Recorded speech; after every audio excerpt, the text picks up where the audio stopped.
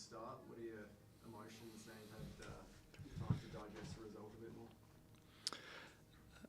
Look, I think it's a game that, we should have won. We all feel that, especially after the first half, the first 30 minutes, when we created so many chances, scored 2 good goals, disallowed goal, I think, we really felt that this was a game that we should be winning. Even the period when we sat back, which we didn't want to do, but we couldn't apply any pressure, we saved a couple of half chances there, and I thought this is what we need as well. We need to survive this. But then they scored just before half time, which was, I think that was the key to them getting back in the game. I think if we kept it at 2-0, I think that coming out of the half time, I think we would have been fine. But in the end, after the 2-2, we had a real go towards the end. The subs came on and actually added a bit of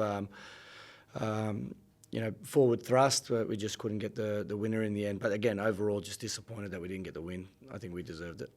Those quick early balls over the top worked a charm in the first half. Was that something you particularly identified with the X being a bit susceptible to that? Yeah, so in the pre-season games, they've been doing that. So we analysed their last 3 games. I didn't know if they were going to continue doing that, but it was very unique to play that high. So we trained that all week to make sure that we time it. So a lot of times they caught teams offside in pre-season.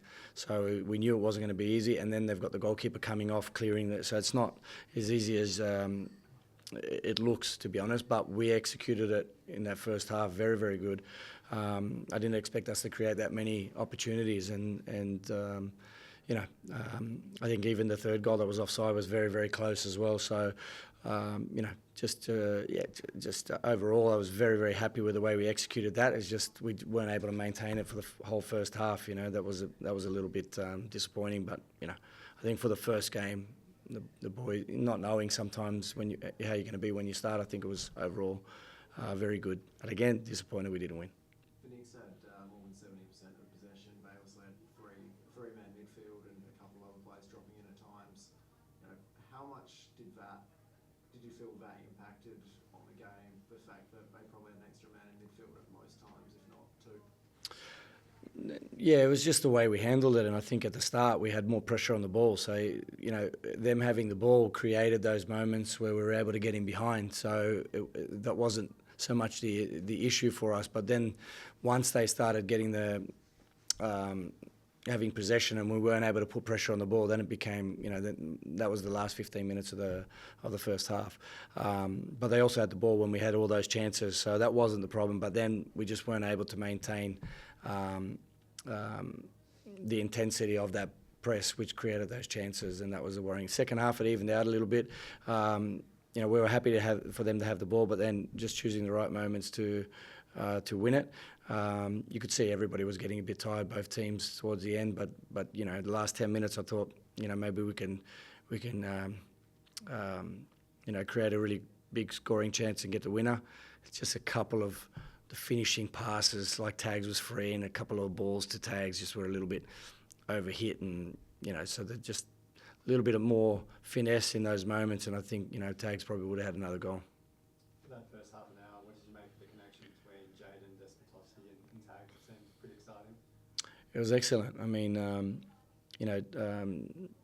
JK's come in and he's new and he's done all the pre-season and since we got him over, and he's been looking good. He's played some of the friendly games, but I was delighted that he scored. We know that we have to have more goal scorers than just Tags. So him scoring was great. I think Seb played some really nice balls. A couple of he's got that class in him. So for his first A-League. His debut, I thought it was excellent performance from him. There's a big occasion to start the opener at home. There's pressure on everybody, and I thought he was outstanding. And with Cook, we saw him get injured in the warm-up, but what exactly was the injury? I'm not actually sure exactly what it is. Something with the knee, and I'm not sure that we haven't been able to see exactly what it is. But so I don't want to go into any more details. But yeah, just one of those freak things. Yeah, one of the young boys will come up and fill in. I mean, it's like, we're fortunate that we got got Sutton here. You know, I mean, we lost Beerers, now we lost Cookie as well. So, you know, I thought he had a good game as well because you know he's only been here a few days. Yeah. As today, a few of the Glory players were getting quite frustrated with him. He just seemed to flop quite a few times. Who was that?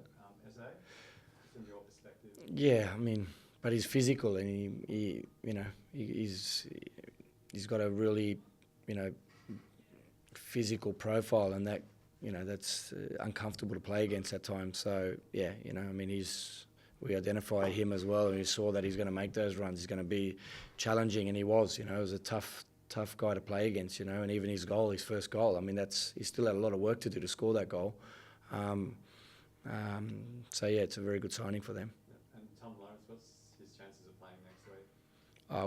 I'm not putting a timeline on it because you know he looks good in training. He just started doing the full training with us. So we'll really assess it during the week. I don't think there's any point in rushing him if he's not ready, but if he's ready, he'll be there.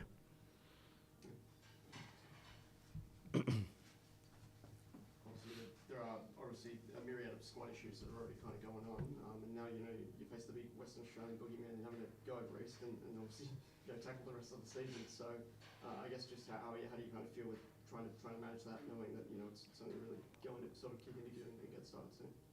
You mean the travel? Like the travel and the squad, yeah, the squad management in particular. Yeah, it's just part of it. I mean, I think we've spoken enough about you know how much work we've had to do to change the squad, and you see it's a totally different team now, you know, different style of play. But you know, we really want to be adaptable, and you know, I think you saw we finished the season last year playing a certain way, and started picking up a few wins, and now it's a different way again. So we want to be adaptable, and I think we need it. But that's going to evolve, obviously. And the travel away is you know, everybody's got the same issue, and obviously when they come here, although you know Wellington were here for a few days, the first game's always a bit different, but generally we want to make sure that first half is a regular thing, but maintained for 90 minutes.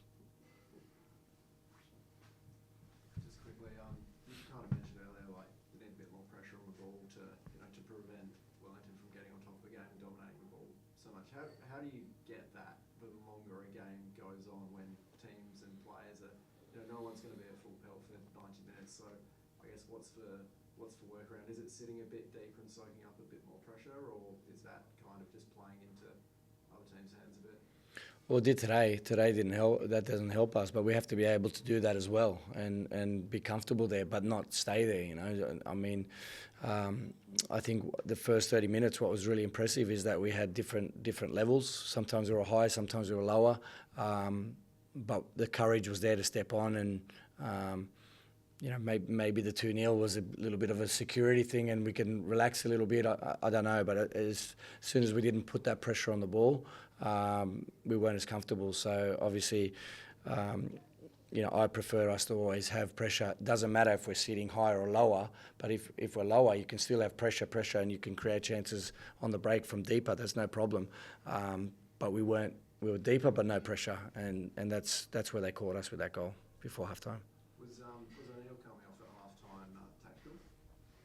Yeah, I just thought we needed more pressure on the ball, and we changed both sixes in the end. So it was just we needed to step up, and I think you know they all did a good job in the first half, and especially the first 30 minutes. Just that last 15, and we knew we had to make those changes eventually anyway. So I just thought Will Frenny coming on gave a little bit of extra thrust and fresh legs, and he actually won quite a few balls and played some really nice balls over for Nasmo as well. So yeah, it was just a decision just to get more pressure on the ball. Is there any comments for the Glory fans just starting the season?